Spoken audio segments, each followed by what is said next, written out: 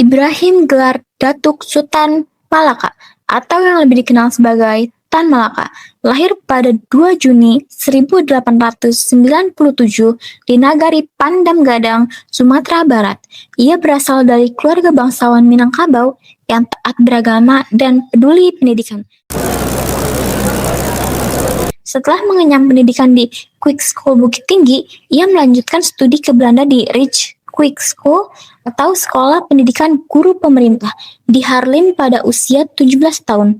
Selama di Belanda, ia mulai mendalami pemikiran politik, terutama sosialisme dan komunisme. Setelah membaca karya-karya Karl Marx, Friedrich Engels, dan Vladimir Lenin yang membentuk dasar pemikiran revolusionernya, sekembalinya ke Hindia Belanda, Tan Malaka menunjukkan semangat juangnya melalui jalur pendidikan dan politik.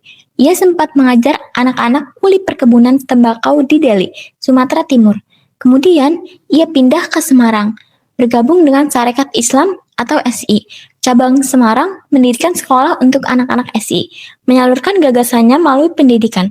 Aktivitas politiknya semakin intens ketika ia bergabung dengan Indische Sociaal Democratische Vereniging atau ISDV, cikal bakal Partai Komunis Indonesia atau PKI, bahkan sempat menjabat sebagai ketua pada tahun 1921 karena kegiatan politiknya yang radikal. Pada tahun 1922, pemerintahan Hindia Belanda mengusirnya dari Indonesia.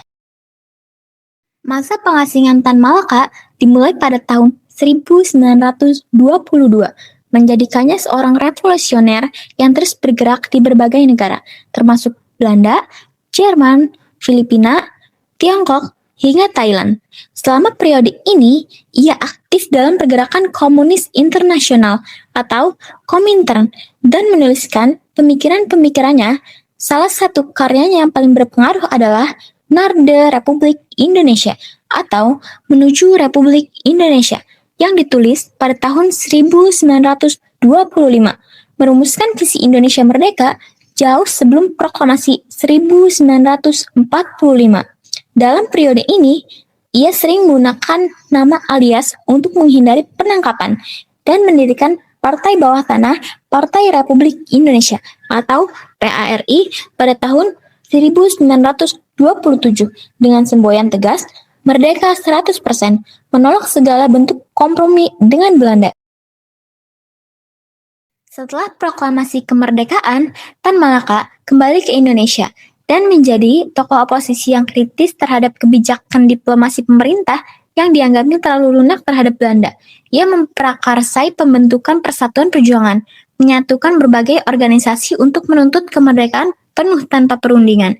Pemikirannya yang independen dan radikal semakin terkristalisasi dalam karya-karya pentingnya, seperti Madilog atau Materialisme, Dialektika, Logika, dan Gerpolek atau Gerilya Politik Ekonomi yang memberikan landasan filosofis dan strategi perjuangan bagi bangsa.